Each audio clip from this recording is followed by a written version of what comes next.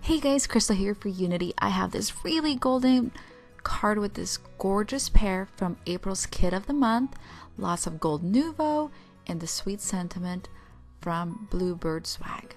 To start, I have again Bluebird Swag using Thinking of You stamp, a pre-cut, pre-colored pear, gold nouveau, gold bow bunny paste, a stencil, 2 pieces of cardstock. We're going to begin by placing our stencil and very messily adding some gold embossing paste.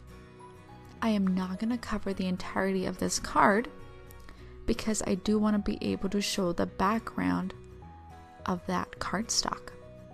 We're going to let that dry, place that over our card base,